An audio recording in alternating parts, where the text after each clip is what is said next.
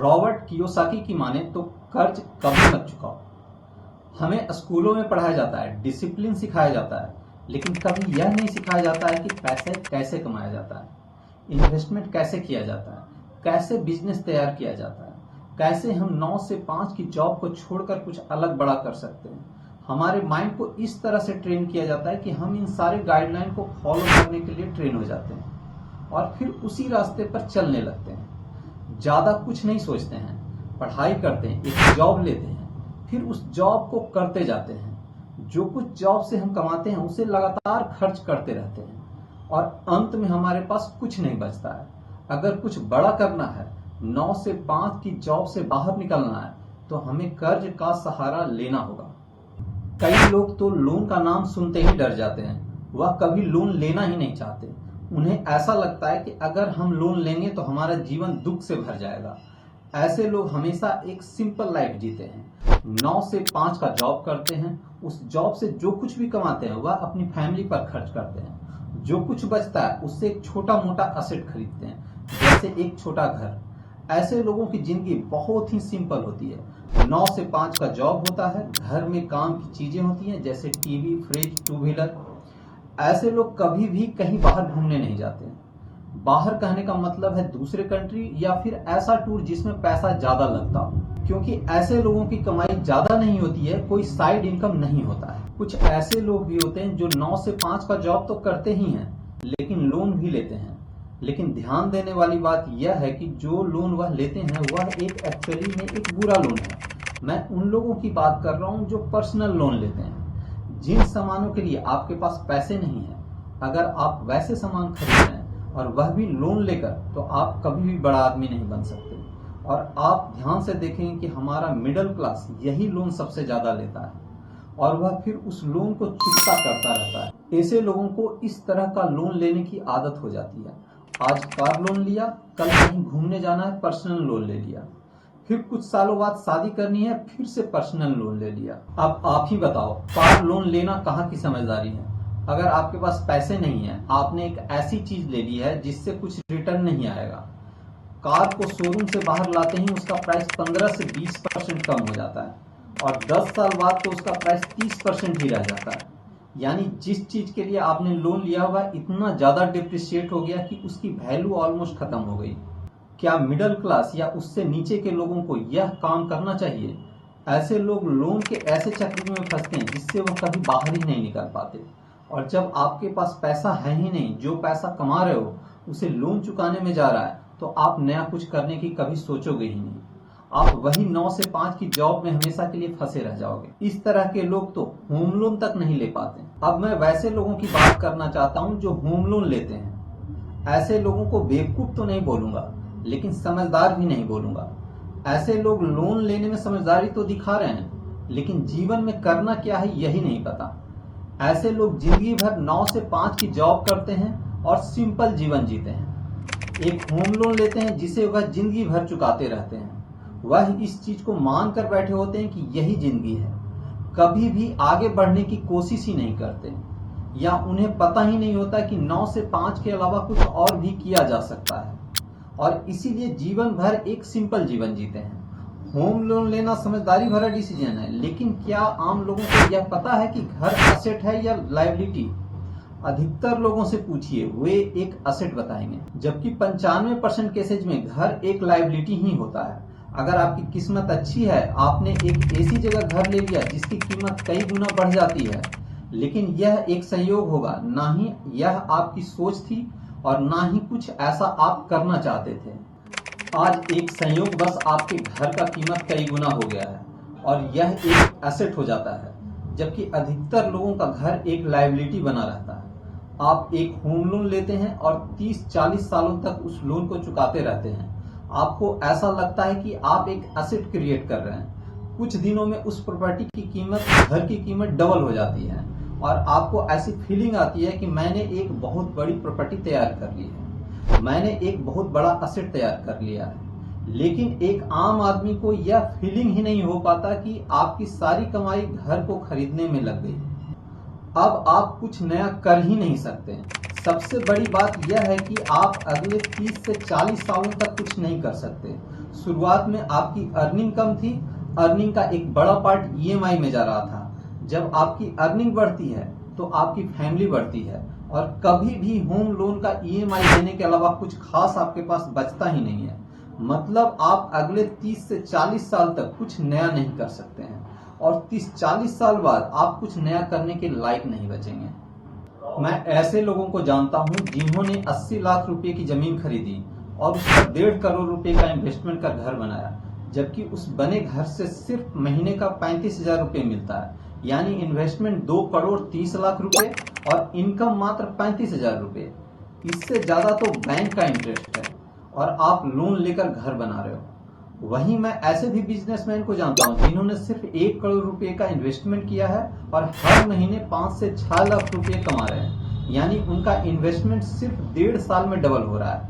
अब आप ही बताइए, क्या घर बनाना उचित है या बिजनेस करना ज्यादा उचित है? लेकिन बिजनेस करने के लिए एक बिजनेस स्किल चाहिए। अब मैं वैसे लोगों की बात करना चाहता हूं जो एक्चुअली में लोन लेना जानते हैं, जिसकी बात मैं करना चाहता हूं, जो आज का टॉपिक है। कर्ज लो लेकिन चुकाओ कभी नहीं। जी हाँ, सही सुना, कर्ज लो लेकिन चुकाओ कभी नहीं। अब मान लो आपकी एक नौकरी है और शुरुआत के कुछ सालों में आपने पैसे जमा किए। मान लो आपने 20 लाख रुपए जमा किए। क्या आपको पता है कितने लाख रुपए का कर्ज आपको मिल सकता है? मैं बताता हूं। मान लो आप शादीशुदा हैं और आपने 20 लाख रुपए बचाए हैं, यानी आपके पास 20 लाख रुपया है।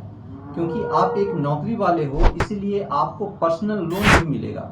अब मान लो आपको आपकी नौकरी के अनुसार से 20 लाख रुपए का पर्सनल लोन भी मिल सकता है। अगर आप पर्सनल लोन लेते हैं तो आपके पास टोटल 40 लाख रुपए होंगे। आप यह रुपया इकट्ठा क्यों कर रहे हैं? बिजनेस के लिए। यानी आपके पास एक बिजनेस आइडिया होना चाहिए और उस बिजनेस के लिए आपके पास बिजनेस स्किल भी होना चाहिए। अगर आपके पास बिजनेस आइडिया नहीं है, बिजनेस स्किल नहीं है, तो लोन लेना ही बेकार हो जाएगा। यह एक प्री रिक्विजिट है, शर्त है, जिसे हर हाल में पूरा करना होगा। जब तक आप अपने बिजनेस आइडिया में, बिजनेस स्किल में सही नहीं हो, यह लोन का गेम खेलना ही मत। अब मान लो आपके पास एक धांसू बिजनेस आइडिया है और वह सारी बिजनेस स्किल है जिसके तहत आप यह बिजनेस खड़ा कर सकते हैं, और अभी आपके पास 20 लाख रुपए बचत की है और 20 लाख रुपए पर्सनल लोन का है, यानी टोटल 40 लाख आपके पास हैं। क्योंकि आप एक सरकारी नौकरी में हो या एक प्राइवेट नौकरी में हो तो आप साथ साथ में बिजनेस नहीं कर सकते। इसलिए आप जो भी बिजनेस करना चाहते हैं वह अपनी वाइफ के नाम से स्टार्ट करें। बिजनेस का प्रोजेक्ट रिपोर्ट तैयार करें, जीएसटी लें और इन डॉक्यूमेंट के साथ बैंक में बिजनेस लोन के लिए अप्लाई कर दें।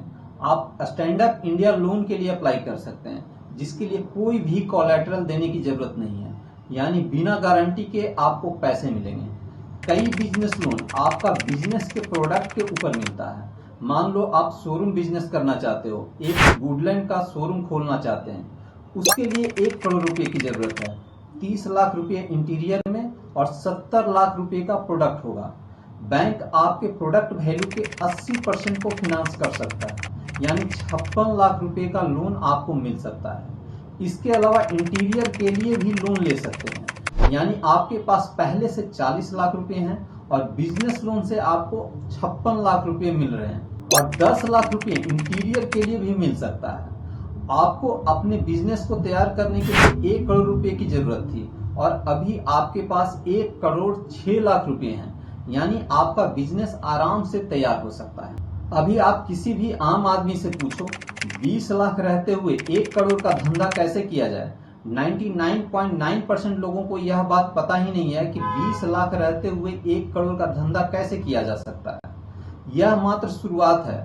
अगर आपका धंधा चल जाता है और टर्नओवर बढ़ता है, आपके लोन की राशि भी बढ़ सकती है। अभी हम इसी एग्जाम्पल को लेते हैं।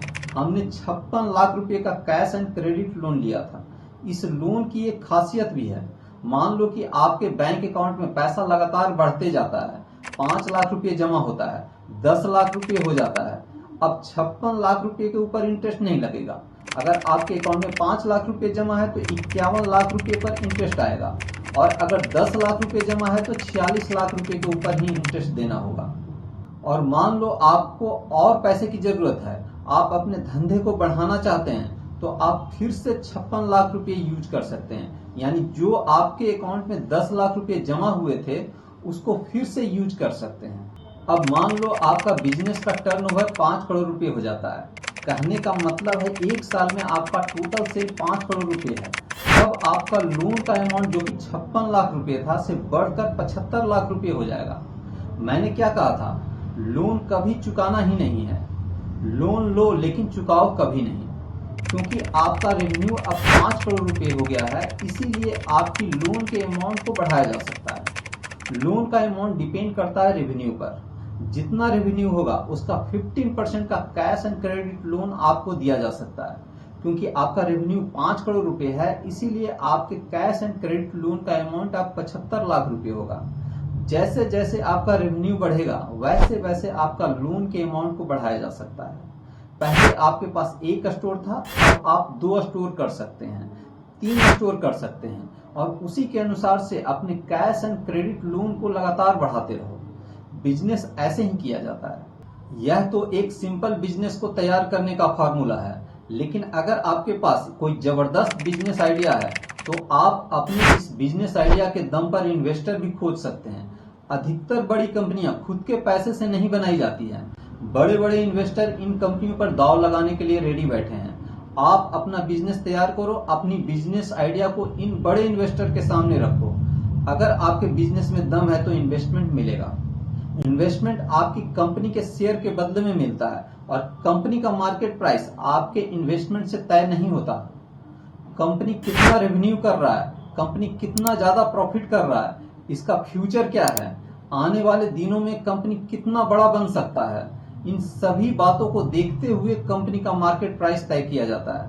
यानी ऐसा हो सकता है कि आपने इन्वेस्टमेंट 1 करोड़ किया और आपकी कंपनी का मार्केट वैल्यू 100 करोड़ भी निकल सकता है। बिजनेस का सारा गेम आपके बिजनेस स्किल के ऊपर निर्भर करता है। दोस्तों, आप हमें कमेंट में बताओ कि आपको यह बिजनेस टिप कैसा लगा। मैंने काफी संक्षेप में एक बिजनेस कैसे तैयार किया जाता है इसके बारे में आपको बताने की कोशिश की है। बिना मेहनत के आप कुछ भी अचीव नहीं कर सकते। मेहनत तो करनी पड़ेगी। अगर 9 से 5 के ट्रैप से बाहर निकलना है, कुछ तो करना होगा, और कुछ नहीं बहुत कुछ करना होगा। वीडियो पसंद आए तो चैनल को सब्सक्राइब करें और जुड़े रहें हमारे साथ ऐसे ही वीडियो के लिए। Thank you.